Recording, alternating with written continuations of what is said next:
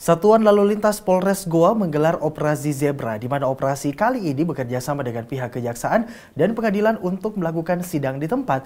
Dalam razia Jumat 30 Oktober hari ini, 55 pengendara yang ditilang menjalani sidang di tempat. Sedikitnya 95 pengendara terjaring razia oleh Satuan Lalu Lintas Polres Goa Jumat pagi. 55 diantaranya mengikuti sidang di tempat. Dalam operasi Zebra kali ini, pihak Polres Goa bekerja sama dengan pihak kejaksaan dan pengadilan untuk melakukan sidang di tempat. Sidang di tempat ini dilakukan sebagai inovasi untuk mempermudah masyarakat yang melakukan pelanggaran dalam operasi Zebra lalu lintas. Operasi sidang di tempat ini pun selain untuk memudahkan masyarakat, juga untuk menghindari calo-calo dalam memuluskan pengurusan dokumen pengendara yang telah ditilang.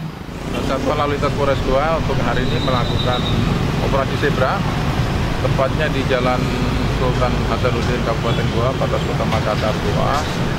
Ini kita kerjasama dengan pengadilan, dengan kejaksaan untuk melakukan sidang di tempat bagi pelanggar yang melakukan pelanggaran.